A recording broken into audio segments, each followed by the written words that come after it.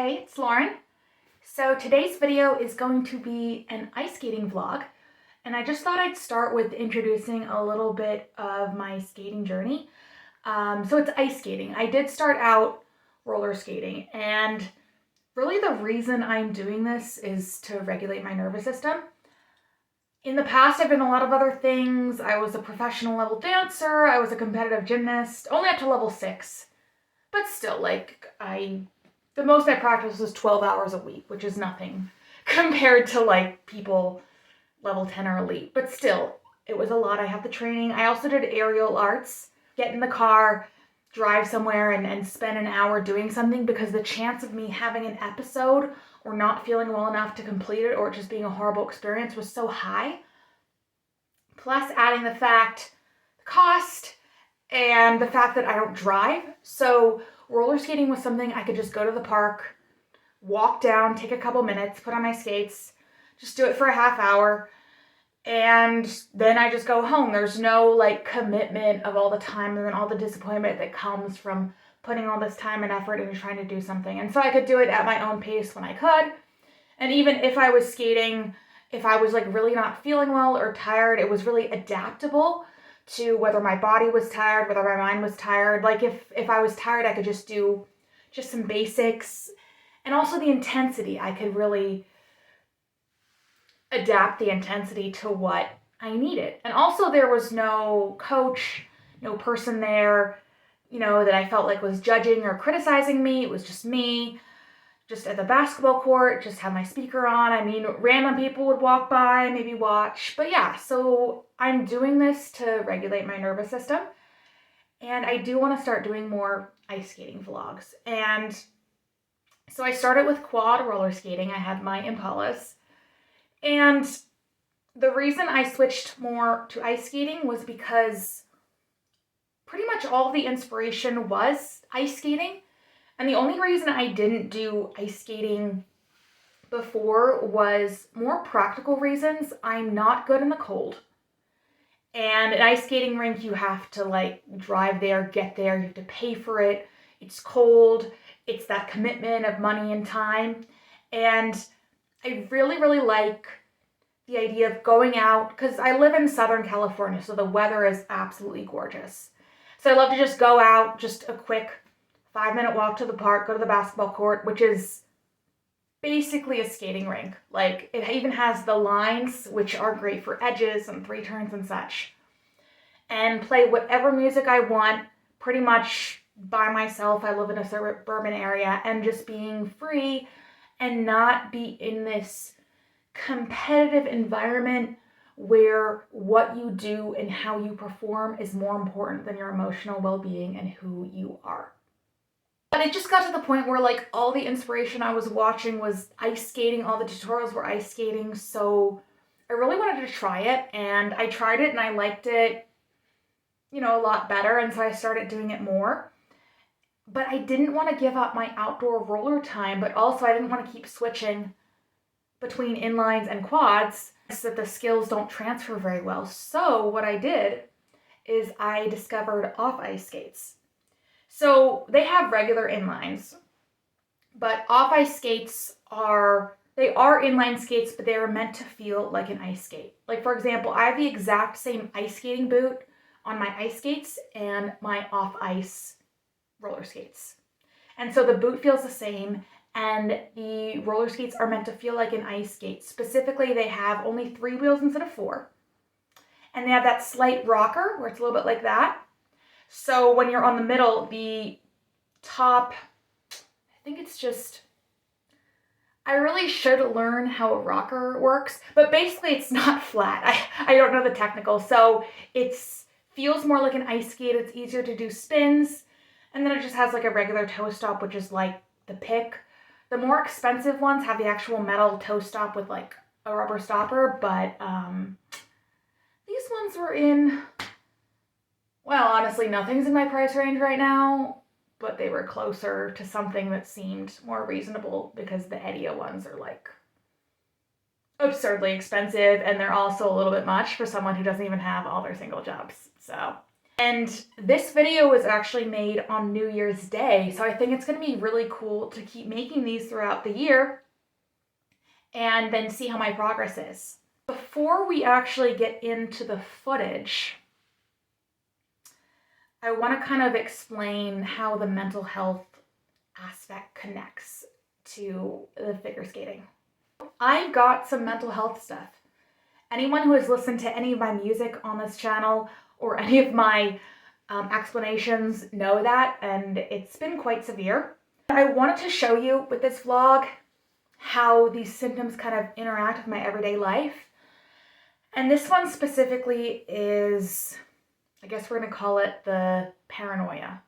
That is the best explanation, and it's really complicated because I have such a mixed journey with that word and with the diagnosis of psychosis or schizophrenia. And so let me just give you like a little bit of a background. So my first hospitalization, I called the crisis line. I remember it was after my friend's college graduation, and I think it probably triggered something of, you know, she's moved on with her life, she's done what she was supposed to do, and I haven't, because I dropped out of college because of my mental health. I went to OCD treatment and just got, you know, worse and worse and worse. While I was at OCD treatment, I was actually diagnosed with schizophrenia at that point. I was on a little bit of Seroquel, I think like maybe 50 milligrams, and they upped it to like 400. It actually helped a lot. The reason they diagnosed it was I would have these episodes where like I couldn't speak and I'm just super like disorganized. And I probably maybe talked about some paranoid thoughts. It's hard to remember. It was a really chaotic time. And then throughout the years, I got diagnosed, undiagnosed, diagnosed to bipolar, just all throughout. So on off diagnosis. But what did stay the same was the Seroquel, which is an antipsychotic. So I was on 800 milligrams of Seroquel, which is the max dose for the better part of a decade. Tended like help me feel more present, help focus my thoughts, my mind, made me feel less spacey, less disorganized. But I think because I have such good awareness of this, and not only that, I've worked in mental health. I have worked in the treehouse, you know, crisis residentials in Orange County with other like psychotic patients, and I've like ran groups. I've done speeches, and so I have really high awareness. And so I definitely don't come off as like psychotic. And I know like when I have these thoughts and these feelings, I'm not gonna like turn my head and be like, hey, stop being mean to me, you know? But just because I have the awareness and I don't like respond, the feelings can't be erased or covered up by awareness. When something inconvenient happens, the way I deal with it is try to figure out how likely and how probable it is so that I can either accept it as a random chance or figure out a way to deal with it in the future. It's how I cope with annoying things. When I look at the situation and I assess the probability as really, really unlikely with nothing I can do to really control it or prevent it happening in the future, hence what was happening in this video, that's when it feels like it's intentional. Like someone outside of myself is doing it to me to make my emotions dysregulated, and specifically like a demonic, parasitic entity that's like literally right here attached to me, causing inconvenient things to happen to get a negative reaction out of me, and then when I'm upset, laughing at me at how weak and pathetic I am, at how upset I get and how little it takes to upset me. It's like a proof of how weak I am. And it's one of those things that the more I suffer, the more it enjoys it. And when I feel like it's winning and I can't control it, the thoughts get really, really bad. And that is a lot of what causes my emotional dysregulation and just the suicidal ideation. I think the worst part of it is when I get upset over these little things, people just see me as like, I don't know, someone who's just being overly dramatic or someone who just needs to like tough it out. But the thing is, I have these thoughts like all the time, like so frequent, probably on a daily basis. And by the time I'm like snapping and freaking out over like a little thing, like what's happening in this video, which I understand objectively is nothing, I've already been dealing with it and it just wears me down and down and down. And that's why my reaction is so bad. And so it's kind of unfair to then just say that, you know, I have an attitude problem when they don't understand the mental construct behind that. So in this video, this is what happened. I'm trying to film. I basically take this phone and I put it up against the glass. I have this suction cup thing and just film little clips. And I am totally fine with people skating in front. It's a public session. It happens. I just cut it out. It's not a big deal. I expect it. I'm not expecting people to walk around me or skate around me. That's not their job, right? But these kids kept like getting in my way, and not just in my way, just like standing in my way, just over and over and over again. And here's where my probability assessment came in. I was like, there are not that many people here overall. It's pretty empty. Yet, wherever I go, and I kept moving from place to place to place, kids literally follow me and almost like stand in my way over and over again. The thoughts got so bad, it actually felt like the demonic entity was controlling these kids and moving them towards me just to get in my way to make me feel unsafe. And it didn't help that they had these like big orange cone things that they were pushing around to help them balance. It made them look more like that. And especially when the kids have these they're with this orange cone coming towards you and they have this like blank look on their face. Like it feels like a demonic possession. And you'll see it in the video. I blurred it so you don't see their faces, but you can kind of like almost see my reaction, and you can almost see that I'm terrified, and then you can see how I deal with it. And how I deal with it is I'm just like really nice and say, oh, hey, could you know? And that's how I deal with this most of the time, but I'm just trying to let you know what was going on underneath. And when I do kind of lose it, why that is. And I just want people to understand that when someone gets upset over something that seems small, it's not necessarily that they're spoiled or need to toughen up. You have to understand what mental constructs and emotions are underneath that. And for me, it's lack of power. Someone's controlling it to make me miserable. A lack of control, this feeling of being hated because someone enjoys making you miserable. Humiliation. Understand on a conscious level, like literally they're kids videoing and they're getting in my way. That is such white girl upper class problems. It's undeniable. So the fact that it upsets me, humiliates me to no degree. Obviously shame and just the feeling of failure, the feeling of being a loser, the feeling of you being controlled and not being able to overcome it. Comment below if you have any experiences like this or know anyone who has, and let me know. So let's get started on the vlog. All right, waltz jump. Okay, this is when the kids were like literally following me. Hey guys, do I just go around the circle? Trying to film something. You can go around the circle. Just go around. Thanks. It was just a trigger. All right, so waltz jump again. Not bad. Let's do slow motion. I guess I am actually using the toe pick. Yeah, my arms went up, and I think that threw off my balance. Like, there's supposed to be like at your chest or up. Okay. All right. I think because sometimes I practice it with my arms up, but they're kind of like in between. Like they need to either be at my chest or like all the way up, because you get like a higher GOE if your arms are up. Not that I really need to worry about that on a waltz jump. I mean, that's a little bit like, but yeah, my arms are the biggest thing I can improve. I hit my ankle with the skate on that one. All right, toe loop. Yeah, arms are still chaotic. Otherwise, not bad. I'm gonna check this next one to see if I'm like toe waltz a little bit. Yeah, a little bit. Let me just see. So I should stay forward a little bit longer as I heel. Yeah, it's a little bit of a toe waltz. And okay, I can work on it. It's not horrible. Let me see.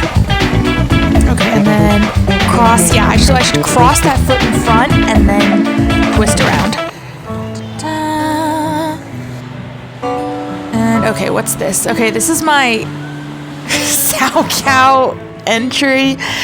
It's okay. That was my jump. It's a work in progress. We can't really call this a Sow Cow. This is just me fumbling through something that kind of will resemble it one day. I try things I can't really do. Oh, my flip jump. Yeah, okay, I'm only doing a half flip. And then oh my gosh. Yeah, that is not all the way around. I need to just do an actual half flip. Okay, look at this. Ready? And toe pick, half. And I just go around and pretend that I did it all the way around. All right. Yeah, I'm working on my spirals. Okay, another kid kind of walked by and it like, I was getting those same kind of paranoid trigger thoughts again. Yeah, see my face? And like, I know I shouldn't feel that way, but I got back into it. Another one of my extremely cheated flip jumps. I need to just do a half flip, and like for the single flip, I need to just spiral. Still getting my balance. Just bend that knee because a flip jump is basically like a loop jump. So just to keep that left leg just in front and bent when you're learning singles, and I'm just kind of like doing a half, my little dance break. Getting used to my bangs. Okay, my lutz. Let's look at my lutz. I'm really trying not to do a flutz outside edge. Yeah, I know it's tough to call this a lutz. Dance break. And I think I mouthed I need help on that. All right, and this is me trying to do any form of a loop. There's just too many triggers. I'm just getting like distracted, just getting really like overwhelmed. I bedazzled that. This is me getting back into the mood. And dance break, just skate, just get the anxious energy out, or paranoid energy more specifically. All right, here we are. Ooh, we're still doing kind of a toe waltz. So spiral. And yeah, that's the video. And yes, I know I am no Olympian, but I've only been doing the ice skating for only a few sessions. And I think it'll be really cool because this is on New Year's Day to see my progress throughout the year. I haven't had really any official lessons. I am self-taught. I got to basic 2 as a kid, and then I had one lesson with my friend as an adult with the 2 of us, and I didn't even remember it. And that's it, and the rest I've learned on YouTube. And I also want to show people that you can start these kind of activities as an adult. I know figure skating is you gotta start at 3 and then go to the Olympics by your 16, and then the 17 Tuberitse expiration date. That's just one path. You can start as an adult, and you don't have to be at the top to enjoy the sport, to get benefit out of it. I could train every day and be miserable and win a competition, but why? A few seconds of happiness for a lifetime of misery? It's not worth it.